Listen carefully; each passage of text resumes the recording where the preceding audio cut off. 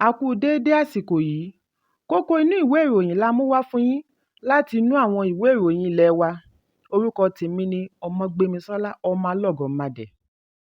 Iléeṣẹ́ ológun The Defence Headquarters DHQ ti sẹ́ àhesọ wípé wọ́n ti ń ṣọdẹ gas brigade látàrí ìfura wípé ó ṣeé ṣe kí ìdìtẹ̀gbàjọba wáyé ní orílẹ̀-èdè Nàìjíríà.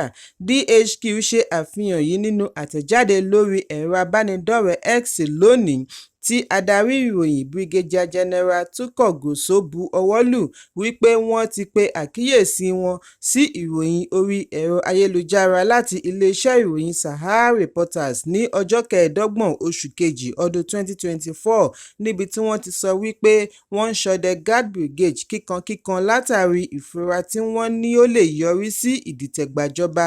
Bákan náà ni ìròyìn fi kún wípé ìfura yìí ti wá mú ààrẹ Bọ́lá Tinubu pe ìpàdé pàjáwìrì pẹ̀lú olórí òṣìṣẹ́ sí ààrẹ àti adarí ológun.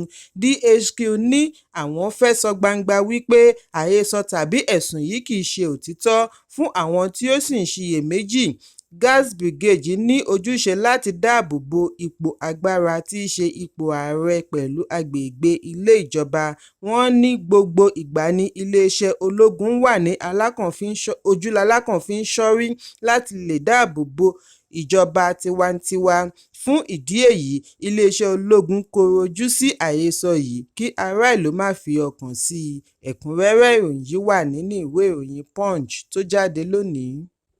Àjọ olókoòwò Trade Union Congress TUC ti rọ ìjọba àpapọ̀ láti gbé ìgbésẹ̀ tí yóò mú ibi ìfọpo Port Harcourt bẹ̀rẹ̀ iṣẹ́ títí ìparí ìdámẹ́rin àkọ́kọ́ ọdún yìí.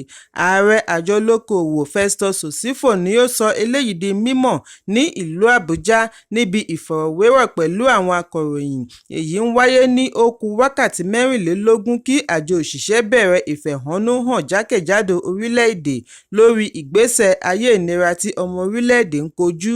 Àjọ olókoòwò ṣe àbẹ̀wò sí ibi ìfọpo ní ọ̀sẹ̀ tí ó kọjá láti ṣe àyẹ̀wò sí ibi ìfọpo tuntun àti ti àtijọ́. Bí wọ́n ti sọ wípé àwọn fẹ́ kí pípèsè epo rọ̀bì bẹ̀rẹ̀ kí oṣù kẹta ọdún yìí tó parí. Bákan náà ni wọ́n fẹ́ kí àtúnṣe ibi ìfọpo Warri àti Kaduna náà bẹ̀rẹ̀ nítorí àwọn yóò máa ṣe àbẹ̀wò sí i lóòrèkóòrè bí iṣẹ́ bá ṣe ń lọ sí títí yóò fi parí gẹ́gẹ́ bí wọ́n ṣe àdéhùn rẹ̀. Osifo tẹnumọ́ wípé ibi ìfọpo Port Harcourt gbọ́dọ̀ bẹ̀rẹ̀ iṣẹ́ títí ìparí oṣù kẹta.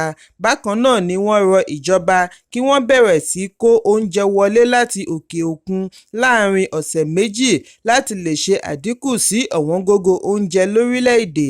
Àìpẹ́ yìí ni ìjọba àpapọ̀ fi ìgboyà rẹ̀ hàn lórí agbára orílẹ̀-èdè láti pèsè oúnjẹ ní yanturu àti láti fi oúnjẹ ránṣẹ́ sí òkè òkun. Ṣùgbọ́n ní báyìí, Osifo ni ó ń gba ìjọba àpapọ̀ ní ìmọ̀ràn láti bẹ̀rẹ̀ sí kó oúnjẹ wọlé ní yanturu kí àdínkù lè bá ọ̀wọ́ngógó oúnjẹ. Ó ní ọmọ orílẹ̀-èdè gbọ́dọ̀ wà láàyè láti rí ọjọ́ ọ̀la rere kí a tó mọ bí òfin ìjọba ṣe rẹwà tó. Ó ní kí gbogbo ẹ̀ka ìjọba wá ọ̀nà láti pèsè oúnjẹ láti orígun mẹ́rin àgbáláyé kí wọ́n pín fún àwọn aláìlágbára ọmọ orílẹ̀-èdè. Kíkó oúnjẹ wọlé lásìkò yìí yóò ran ìjọba lọ́wọ́ láti ṣe àdínkù sí gọbọi owó oúnjẹ kí ìjọba àpapọ̀ kó oúnjẹ wọlé láàárín ọ̀sẹ̀ méjì. Ẹ̀kúnrẹ́rẹ́ ìròyìn yìí wà nínú ìwé ìròyìn Punch tó jáde lónìí. Ajìjàǹgbara fún ilẹ̀ Yorùbá. Sunday Adéyẹmọ tí gbogbo ènìyàn mọ̀ sí Sunday Ìgbòho ti rọ ààrẹ Bọ́lá Tinubu kí ó pàṣẹ ìyọ̀ǹda ajìjàǹgbara fún ilẹ̀ Biafra IPOB Nnamdi Kanu. Bákan náà ni Ìgbòho rọ ìjọba Tinubu láti jọ̀wọ́ ẹ̀sùn tí wọ́n pè tako Kanu. Nínú fídíò tí wọ́n ṣe àfihàn rẹ̀ lónìí ni Ìgbòho ti sọ wípé yíyọ̀ǹda Kanu yóò fún un ní àǹfààní àti ṣe àmójútó àìlera rẹ̀. Ajìjàǹgbara tẹnumọ́ wípé adarí IPOB jẹ́ ajìjàǹgbara tí ó ń jà fún àwọn ará ẹkùn gúúsù ìlà oòrùn bí òun fúnra rẹ̀ ṣe ń jà fún ẹkùn gúúsù ìwọ̀ oòrùn. Ìgbòho bẹ̀bẹ̀ wípé kí ààrẹ dákun dábọ̀ yọ̀ǹda Kanu kí wọ́n dẹ́kun òṣèlú.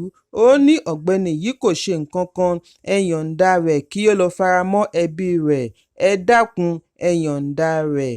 Ẹ̀kúnrẹ́rẹ́ ìròyìn yìí wà nínú ìwé ìròyìn Daily Post tó jáde lónìí.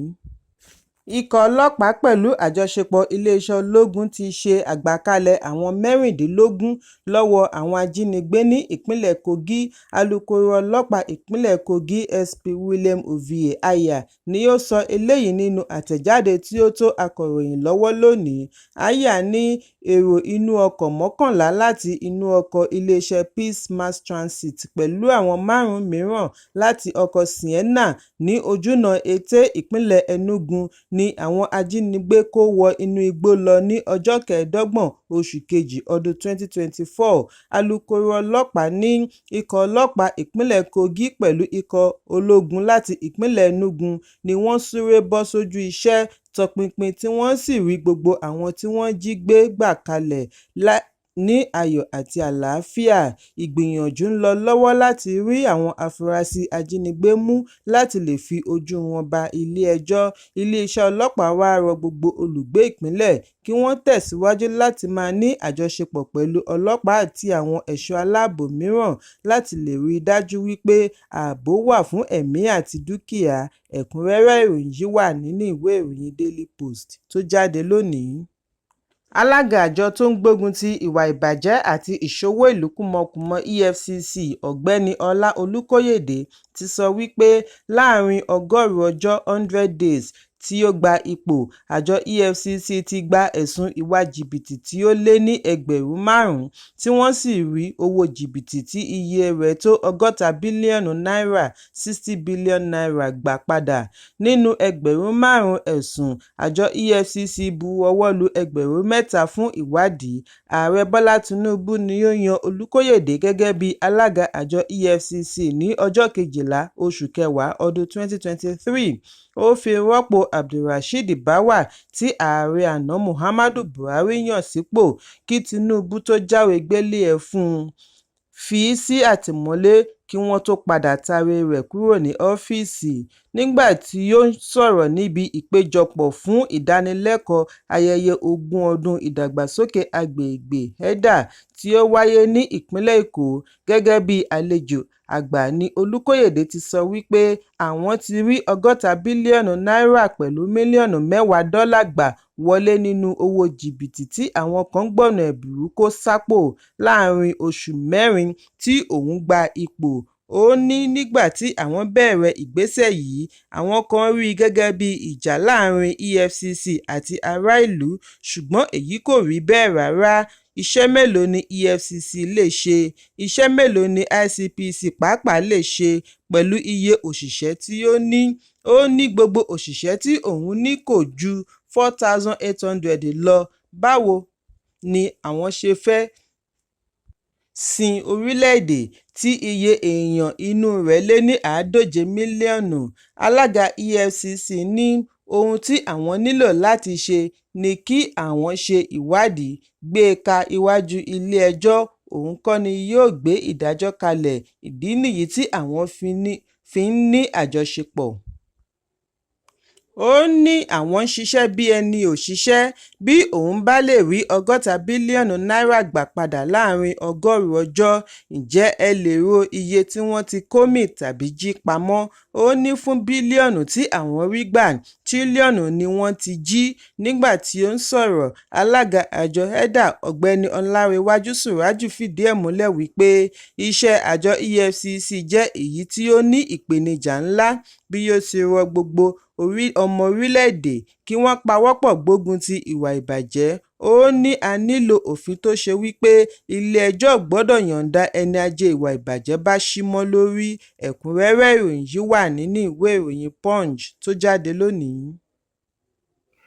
Kókó inú ìwé ìròyìn tòní kò ní jù báyìí lọ. Ẹ pàdé mi lọ́la fún àkọ́tún ìròyìn. Kí a tó lọ, ẹ má ṣaláì fi àríwísí yín ránṣẹ́, ìyẹn comment, kí ẹ sì bá wa subscribe sí ojúnà wa lórí YouTube kí kókó inú ìwé ìròyìn lè máa tẹ̀ yín lọ́wọ́ ní kíákíá.